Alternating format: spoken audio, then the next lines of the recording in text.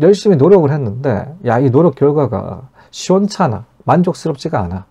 그렇게 되면 그 부분에 대한 만족도 확 떨어져 가지고, 여러분 부자 되고 있으시죠? 부자 되는 강의입니다. 저 같은 경우는 뭐 갭도 하고 있고 월세도 하고 있는데, 월세 비중이 한 2배 정도로 크죠. 갭은 점점 작아지는 추세입니다. 뭐 갭도 사실 솔직히 앞으로도 마찬가지로 투자를 할 거고 보유를 할 것이긴 한데, 훨씬 지금 같은 경우는 훨씬 더 집중을 하고 있고 월세 확장에 더 이제는 박차를 가하고 있지 않겠습니까?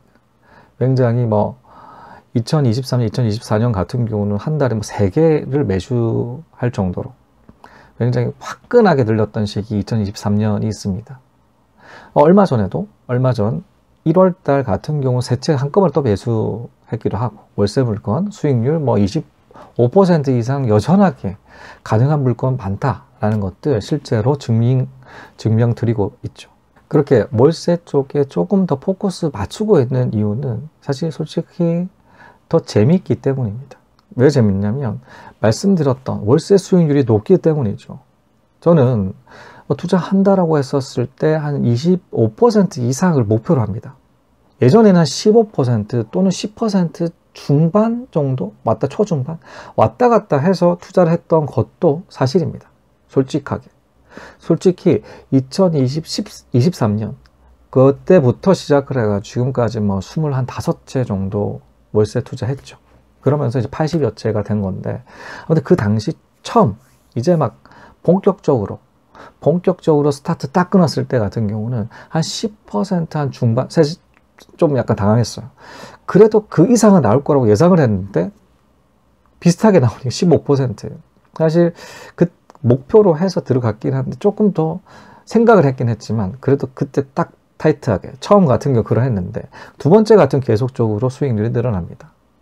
그러면서 2023년 이제 한 6, 7월 달 같은 경우는 한 20%가 이제 훌쩍 넘고, 지금 같은 경우 25%가 넘어가죠. 심지어는 30%가 넘는 월세 수익률에 해당되는 물건들이 생기고 있습니다. 노하우가 반영이 되고 노하우에 집중을 했기 때문에 이 월세 수익률이 높죠. 그런데 월세 수익률이 높이기 위해서 세팅해야 됩니다. 이 수리라든가 이런 것들이 접목돼야 되는 건데, 근데 이 시간들은 하루 이틀 정도면 충분하거든요. 하루 이틀 정도의 그 시간을 두고 내부 깔끔하게 만들고 이쁘게 또 만들어 가지고 월세 딱 받았을 때 수익률 딱 30% 이렇게 넘어가니까 너무나 만족스럽지 않겠습니까? 그 월세 규모가 이제는 그러니까 한 달로 친다라면 하루에 2번 정도 월세는 받는 편인데, 아무튼 그렇게 월세가 계속적으로 꾸준하게 들어오는 부분들도 굉장히 재미있다. 하루하루씩 막 계속 들어오잖아요. 그러니까 쏠쏠하다라는 그런 생각 들기 때문에 재미있고요. 두 번째 같은 경우는 굉장히 이 분야가 블루오션입니다. 레드오션과 레드오션 들어가면 안 되는 곳이 블루오션 들어가야 되는 곳이잖아요. 블루오션 제 나름대로는 발견했다라고 생각 들거든요.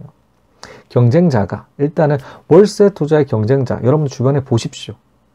다 나이가 많으신 분들이세요.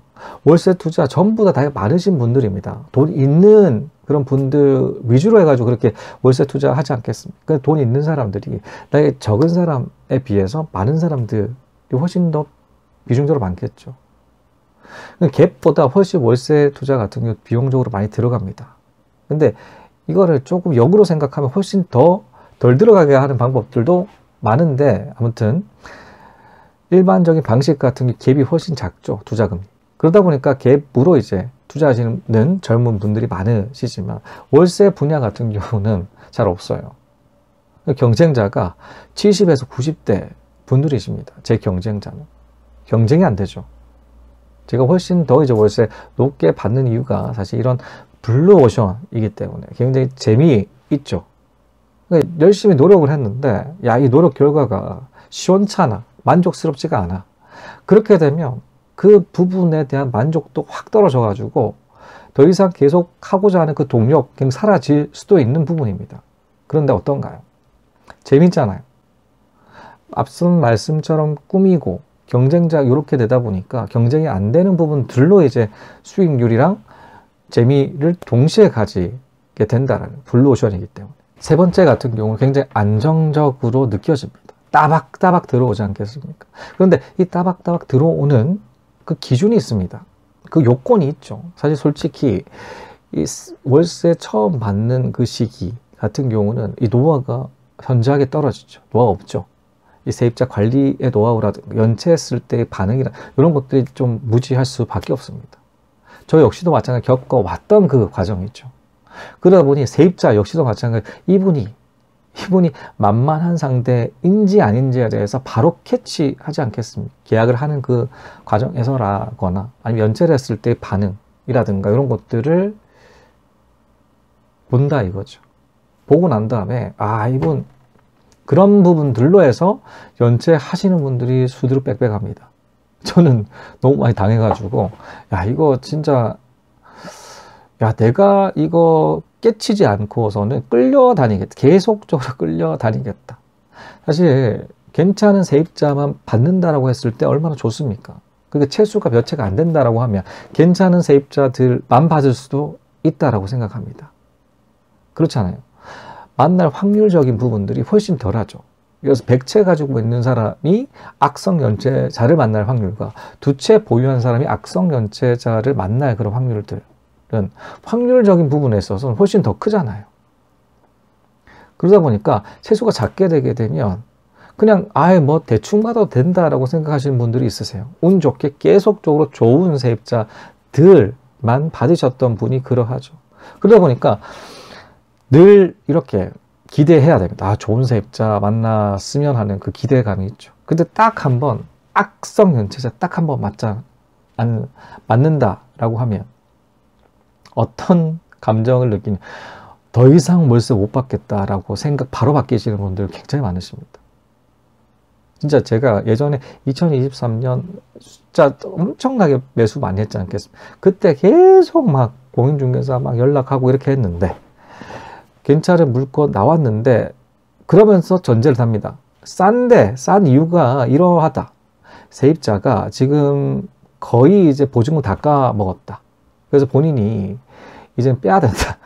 조건을 다는 그런 분들도 있으셨고, 그러기도 하고 그 다른 한 물건 같은 경우도 세입자, 매도자가 그분 빼려고 돈을 조금 드리려고 지금 딜하고 있다. 돈을 줘야 돼. 세입자가 보증금 받아서 나가는 게 아니라 보증금 다 까먹고 그러고 난 다음에 용돈까지 받아서 나가는 케이스가 그렇게 있다라는 것입니다. 얼마나 안타까운 사례일까요? 그런 사례 너무나 많습니다. 비일비재합니다.